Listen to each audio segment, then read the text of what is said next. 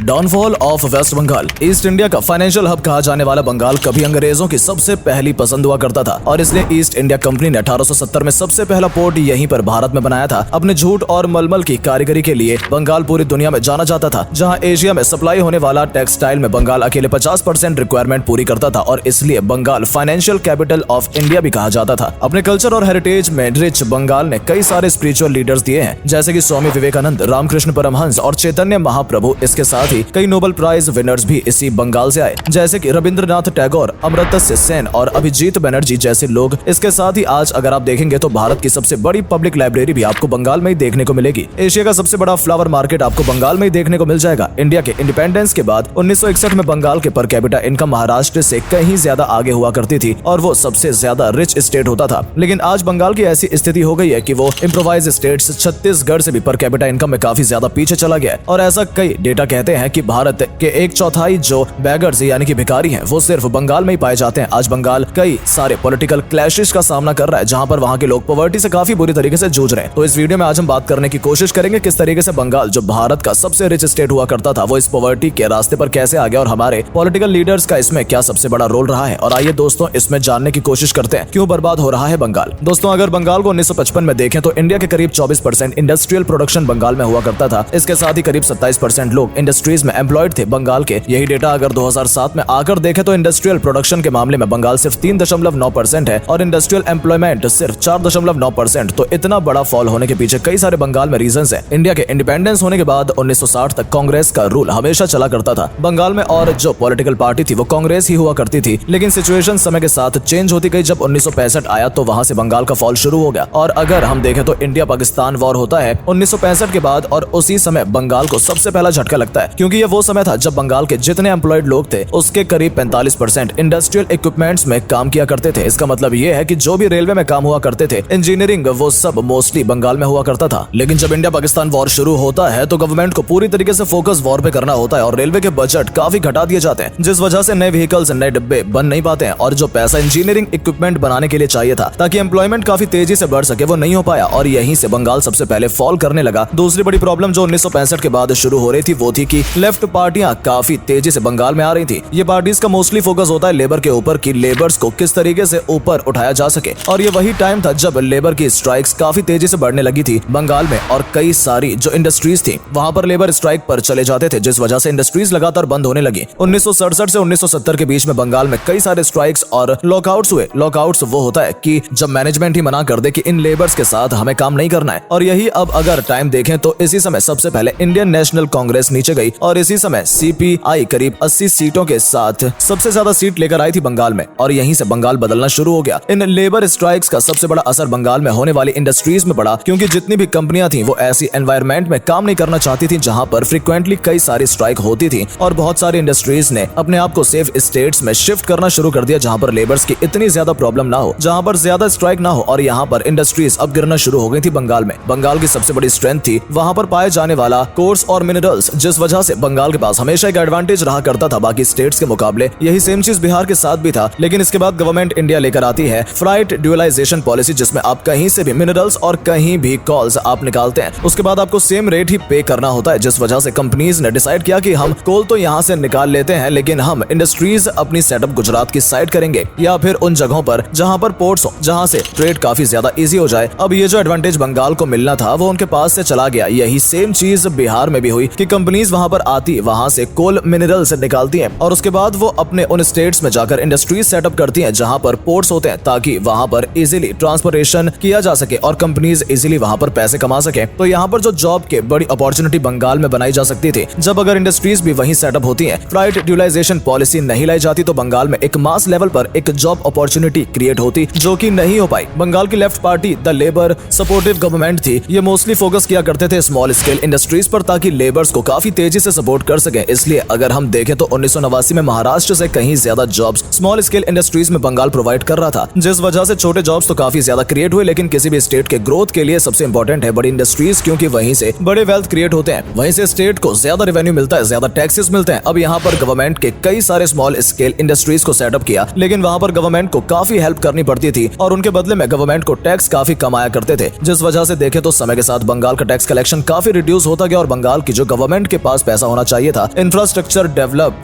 करने के लिए, वो नहीं कर पाई गवर्नमेंट। इसके बाद 1991 में इंडियन गवर्नमेंट लिबरलाइजेशन पॉलिसी लाती है, जिसके बाद फॉरेन कंपनीज को इंडिया में आने की परमिशन मिल जाती है और कंपनीज यहाँ पर आकर कम्पीट करना शुरू करती है। और इसके बाद इंडिया की स्टेट्स में अपनी तैयारियां करनी शुरू कर देती है ताकि फॉरेन कंपनीज का जब इंडिया आएगी उनको अपनी इंडस्ट्रीज उनके स्टेटमेंट सेटअप करें, जिस वजह से नई नई हाई स्टेट्स की पॉलिसी लाना शुरू कर दिया बिजनेस के लिए। और यहाँ पर बंगाल गवर्नमेंट ने भी एक नई पॉलिसी लॉन्च की जिसमें एक सिंगल विंडो फैसिलिटी थी कि ताकि कोई भी कंपनी अगर आना चाहती है बंगाल में, अपने आप को सेटअप करना चाहती है, तो उसे ज्यादा क्वेश्चन नहीं पूछे जाएंगे, उसे इजीली बिजनेस सेटअप करने का मौका मिलेगा ताकि कई सारे जॉब्स वहां पर क्रिएट हो सके। जिसके बाद कुछ कंपनीज बंगाल में आती हैं और समय के साथ अर्बन पॉवर्टी थोड़ी सी रिड्यूस होती है बंगाल में। अगर 1983 में वेस्ट बंगाल का पॉवर्टी देखें तो करीब 32% या अर्बन लेवल पर वो 2004 में गिरकर करीब 11.5% के आसपास आ गया। लेकिन यहाँ पर बंगाल में बड़ी ग्रोथ पॉसिबल नहीं हो पाई, जिसका सबसे बड़ा रीजन था गवर्नमेंट के पिछले 20 सालों के लिए स्टेप्स। क्योंकि अगर वहां पर देखें तो गवर्नमेंट ने अपने इंफ्रास्ट्रक्चर पर ध्यान नहीं दिया, उन्होंने स्मॉल स्केल इंडस्ट्रीज लगाने पर हमेशा फोकस किया, जिस वजह से स्टेट के पास टैक्स नहीं आ पाए और स्टेट ने अपने आप को इंफ्रास्ट्रक्चरली ग्रो नहीं किया। अगर हम देखें तो 1971 में जो इंटरेस्ट ग्रोथ रेट था वेस्ट बंगाल का वो 10.72% था, वहीं 1997 में वो गिरकर 9.1% हो गया क्योंकि गवर्नमेंट के पास पैसे काफी कम थे, जिसकी वजह से वो इंफ्रास्ट्रक्चर बनाने व पैसे नहीं लगा पाए। और यहाँ पर जो बड़ी कंपनीज आने की अपॉर्चुनिटी थी वो कभी बन ही नहीं पाई बंगाल में, क्योंकि वहां पर इंफ्रास्ट्रक्चर उस लेवल का कभी नहीं बना। बंगाल की जो दूसरी बड़ी प्रॉब्लम रही, वहां पर लैंड